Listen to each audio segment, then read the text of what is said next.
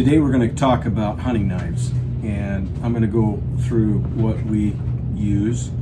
And talking about hunting knives is a little bit like talking about rifle calibers. If you talk to 10 hunters, you're going to get 10 different opinions on what they think is the best rifle caliber. Well, that's the same thing with hunting knives. Everybody has their own opinion, and I'm just going to go through with what we like to use when we're hunting.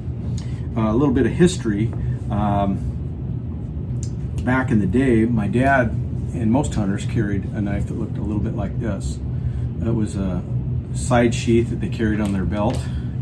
This is a J.C. Higgins, probably from the late 1940s, early 1950s, I would think. My dad's 86. This was his hunting knife. Still in great shape. It has the leather loop handle. It's very sharp. It's skinned quite a few animals. And typically, back in the day, when you killed your game, what you did was you slit the animal's throat and then you gutted it. And then you proceeded to try to drag the animal out of the hills. And maybe you drag it down to a nearby road and then come back and pick it up with a vehicle or a game cart. And when I was a kid, when you went to hunting camp, almost every camp had a meat pole. And it was always fun to see the deer hanging from the meat pole.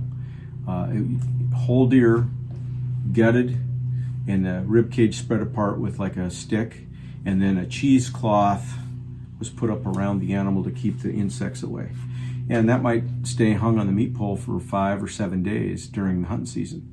And as long as it was cool and in the shade, it was just fine. And then when hunting was over, those deer would be taken whole, either home to be processed or to a meat processor. And that's just the way it was done.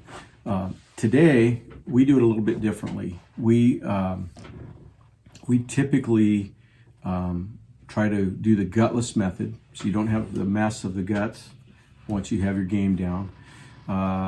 We do the gutless method, and then we quarter the animal out.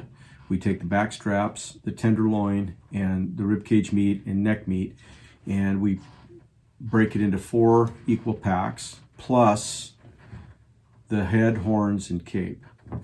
And so last year when we were in Wyoming, that's what we did with Greg's animal. And there was 4 of us, so we were able to divvy that up 4 ways.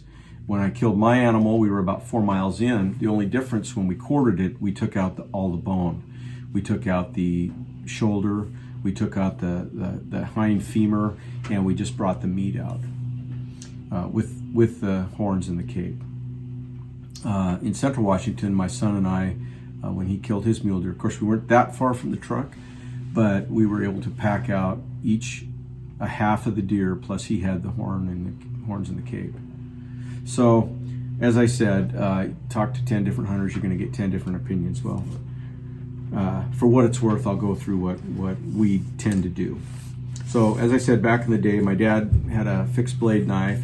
He did have a old-timer lockback knife, but again, a heavy-duty blade, very sharp, and you could do some prying and so on that if you needed to. These have some age on them, but that's what they used back in the day. What we use, or we tend to use, is I got this as a gift in 1984 from my dad. It's a Case 2159 Lssp lock blade knife. Very heavy duty, very well made. A lot of people say, oh, that's just like my buck knife. Well, it's similar to a buck knife. I tend to think these are nicer than the buck knives. I think they're better built than the buck knives, and I think they hold a better edge than the buck knives. Just an opinion, but we've used these for, since 1984, and I ended up buying some on eBay and where I could find them, so that my boys would have a set, and then my grandkids will probably end up with a set as well if I can keep finding them. The value's gone nothing but up on these. My sheath gave up the ghost, so I had to have a new sheath built for it. But I use that every year. In fact, every day I have one of these on my belt. and then I have one in my kill kit in my pack. So it's a fixed blade knife. And then I also have started using a couple years ago, a little bit more of a detail knife, and this one is a Havalon replaceable blade, and it's more like a scalpel. This is for detail work. You can't do any prying on it, or these blades break pretty quickly. The other thing that I don't do too much of is I don't do a lot of heavy skinning and things, because of where this replacement blade is. There's a lot of fat and hair that can get built up on this. So I use it for mainly skinning the main part of the animal. I use it for separating meat, deboning, trimming some of the trim meat off the neck, cutting out the rib cage. And then if I have to cape my animal, this is a perfect knife for caping the animal. The fixed blade knife I typically use for once we get the animal down. We like to run a incision down the back, the dorsal, we call it the dorsal cut, down the back with the grain of the hair, and then the animal's laying on its side, and then we skin that side. And then we take the front shoulder, we take the hind quarter, we take the back strap, and then we take the tenderloin. A lot of times the tenderloin will be taken out with this Havalon knife, something a little more detailed. And then we trim the neck meat, the rib cage meat, all the trim that we can get. We load our sacks, our game bags, and then hang them, and then we proceed to turn the animal over, and we repeat the process on the other side. We skin it down. I usually use this for skinning. And then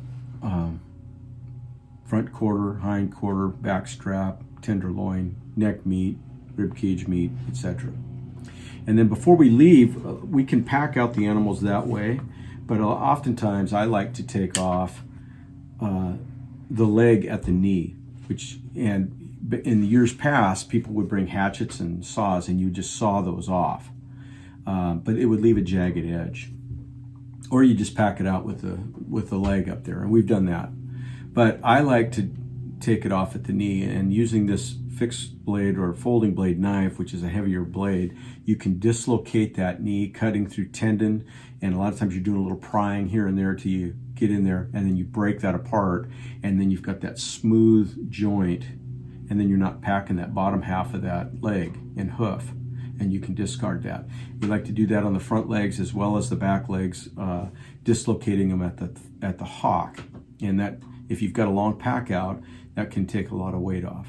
But you need a fixed blade knife for that, whether it's like my dad's old J.C. Higgins or a folding blade knife like this, and that works good. The other thing that we do is we take the skull off at the atlas joint, and it's a lot like popping the joints at the knees. You get in there, you have to work your knife around, cutting tendons and so on, and then you can break that skull loose, and then all you have is the cape and skull and antlers. If you're not going to keep the cape and you have time, say you killed your animal in the morning, you can actually take the entire cape off and just pack out the skull. So those are the two knives that we typically use. I also carry a knife sharpener in my kill kit. This one's called a Rata, and there's a lot of different versions out there, but you simply run the blade across this 2 or 3 times and put a nice edge on it and continue going. And this is very lightweight, so it doesn't weigh much at all to pack with you. And then of course in my pocket, I've always got a pocket knife, and I try to keep that as sharp as possible too. So historically, there were these knives. I'm going to take my dad's J.C. Higgins this year to Wyoming, and if we get drawn for elk and mule deer in Montana, I'm going to try to take that with me, because I'd like to give this one more hunting trip and a chance to skin some animals with his knife, and then we'll retire it. It's in excellent shape, but it is an old knife. All right, as I said, there's a lot of different opinions. That just happens to be what we use and how we use our knives. I don't pack saws or hatchets in. We might have those back of the truck, but we don't pack those in because of the weight on our backpacks.